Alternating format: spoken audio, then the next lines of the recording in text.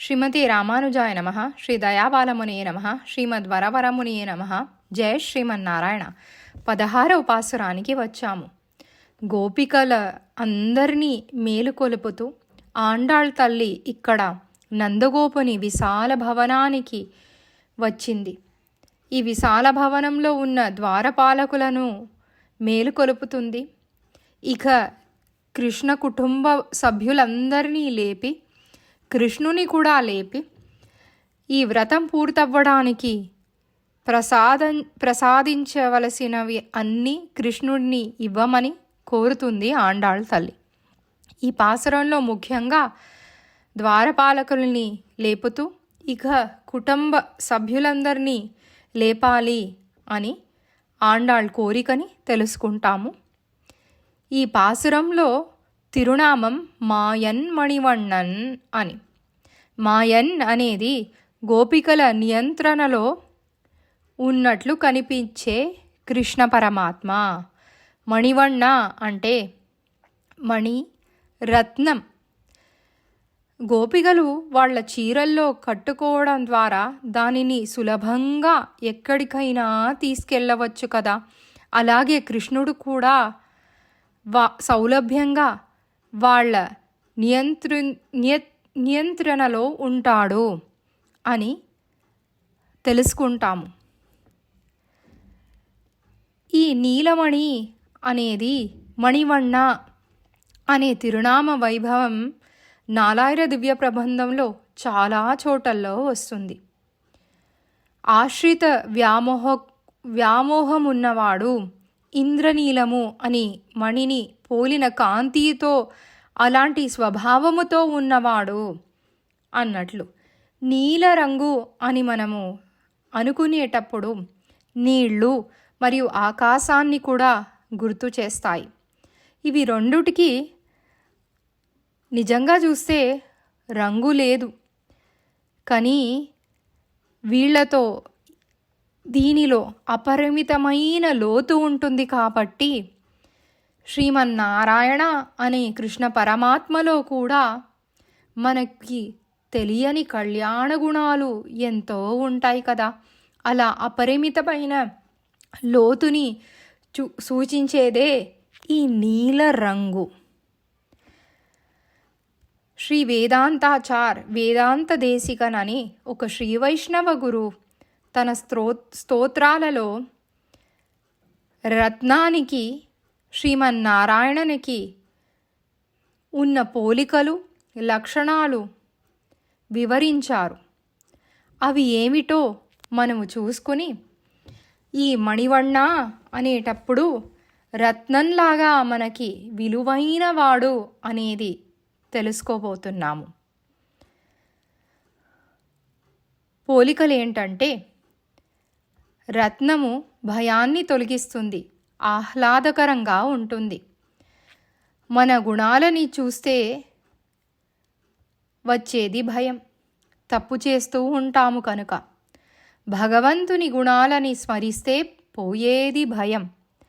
రామ పరివారాన్ని తలుచుకుంటే, కళ్ళు మూసుకొని ఆ రామ, సీత, లక్ష్మణ, ఆంజనేయ స్వామిని తలుచుకుంటే ఓ ఫోటోలో చూసిన భయం పోయి ప్రశాంతత వస్తుంది కదా, ఆహ్లాదకరం ఇస్తుంది. అలాంటిదే రత్నం. రత్నం అనేది యజమానికి కీర్తిని తెస్తుంది. కోహినూర్ వజ్రం ఉన్నవాళ్ళని గొప్పగా పొగుడుతాము కదా. అలాంటి కోహినూర్ వజ్రమే మన శ్రీమన్నారాయణ. కాబట్టి శ్రీమన్నారాయణ మనతో ఉంటే మనకి ఉన్న పెద్ద ఐశ్వర్యమే శ్రీమన్నారాయణ కదా. అలా భక్తులకి ఎప్పుడూ కీర్తి తెచ్చేదే శ్రీమన్నారాయణ. శ్రీమన్నారాయణ వాళ్ళతో ఉండడం వల్లే వాళ్ళకి కీర్తి. రత్నాన్ని నాశనం చెయ్యలేము. ఆత్మలులాగే ఇది నాశనం అయ్యేది కాదు. ఎంపెరుమాన్ శ్రీమన్నారాయణ నిరంతరమైన స్వామి. రత్నం ప్రకాశవంతంగా ఉంటుంది. రత్నం చీకటైన గదిలో మెరిసిపోతుంది కదా. దీపం ఒక చీకటైన గదిలో ఎలా మెరుస్తుందో, చీకటి అనేది ఈ భూలోకంలో ఎక్కువగానే ఉంటుంది.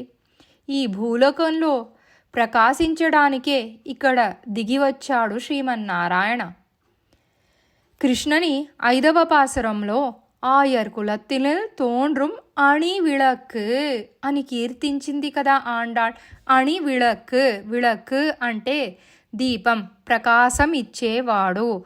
ఆ యాదవ కులానికే ప్రకాశాన్ని తెచ్చాడు, కీర్తిని తెచ్చాడు కదా శ్రీమన్నారాయణ. ఎలా రత్నం ఒక చీకటైన గదిలో ప్రకాశం తెస్తుందో అలాగే రత్నం శ్రేయస్సుని తెస్తుంది. శ్రీమన్నారాయణ ఉంటే శ్రేయస్సే మనకి ఆస్తి. రత్నాన్ని అందే వరకు నిద్ర ఉండదు, రత్నం అందాక కూడా నిద్ర ఉండదు. కష్టపడి ఒక రత్నం మన చేతికి రావాలి అని అనుకుంటే రాత్రనక పగలనక కష్టపడతాము కదా. అలాగే భక్తులు పరమాత్మ దర్శనం అయ్యే వరకు మేలుకునే ఉంటారు. దర్శనం అయ్యాక అబ్బా ఎంత బాగా దర్శనం అయ్యింది, ఎలా మనకి తన రూపాన్ని చూయించాడు కదా శ్రీమన్నారాయణ అని మేలుకుంటూ ఉంటారు. సదా పశ్యంతి సూరయః అన్నట్లు. ఇది విలువైనది, రత్నం విలువైనది, ఇది జాగ్రత్తగా రక్షించబడాలి. రత్నానికి రక్షణ చేస్తాము కదా. పరమాత్మ విలువ తెలిస్తే అతన్ని కూడా అలాగే రక్షిస్తాము. రోజు గుడిలల్లో రాత్రి శయనించబడే ఎంబెరమానికి రక్షణ స్తోత్రాలు చెప్పి దర్వాజాలు బాగా మూసి జాగ్రత్త చేసి వస్తాముగా. ఏంటి పరమాత్మ పారిపోతాడనా? దొంగలు వస్తారనా? కాదు. పరమాత్మ విలువ తెలిస్తే మన బిడ్డని ఎలా రక్షిస్తామో, ఎలా జాగ్రత్తగా చూసుకుంటామో అలాగే పరమాత్మని కూడా జాగ్రత్తగా చూసుకుంటాము. రత్నం అనేది సులభంగా ఎక్కడికైనా దాచుకుని తీసుకుని వెళ్ళవచ్చు. మనం ఎక్కడ ఎలా ఉండమన్నా ఉండేవాడు శ్రీమన్నారాయణ. నీళ్ళనేది ఒక గిన్నెలోకి పోసితే ఆ గిన్నె రూపాన్ని తీసుకుంటుంది కదా. అలాగే పరమాత్మ మనం ఎక్కడ దాచుకోమన్నా ఉంటాడు, బయట ఉండమన్నా ఉంటాడు. దివ్యమైన అమ్మవారు కూడా నీ దివ్య రూపం చూసే ఆకర్షితురలైంది కదా. ఓ శ్రీమన్నారాయణ, నువ్వు అమూల్యమైన రత్నం అయ్యావో. సులభంగా అందుబాటులో ఉండే నీ దివ్య గుణాన్ని ఆ భక్తులు తెలుసుకొని వాళ్ళ చీరల మడతలో నిన్ను మోసుకెళ్ళిపోతారు కదా. ఈ లక్షణాలు, ఈ రత్నాల్లో ఉండే లక్షణాలన్నీ భగవంతుడిలో కూడా కనిపిస్తాయి. దీని వివరణ రాబోయే ఒక శ్రీ శబ్దం అనే ఎపిసోడ్లో విందాము. ఇక మనకి ఎప్పుడూ రత్నం కనబడితే పెరుమాళ్ యొక్క గుణాలని స్మరిస్తూ పాసురాన్ని ఇప్పుడు పాటగా విందాం. జై శ్రీమన్నారాయణ. நாயகனாய் நின்ற நந்தகோபனுடைய கோயில் காப்பானே, கொடி தோன்றும் தோரண வாயில் காப்பானே, மணிக்கதவம் தாழ்த்திரவாய் ஆயர் சிறுமியரோ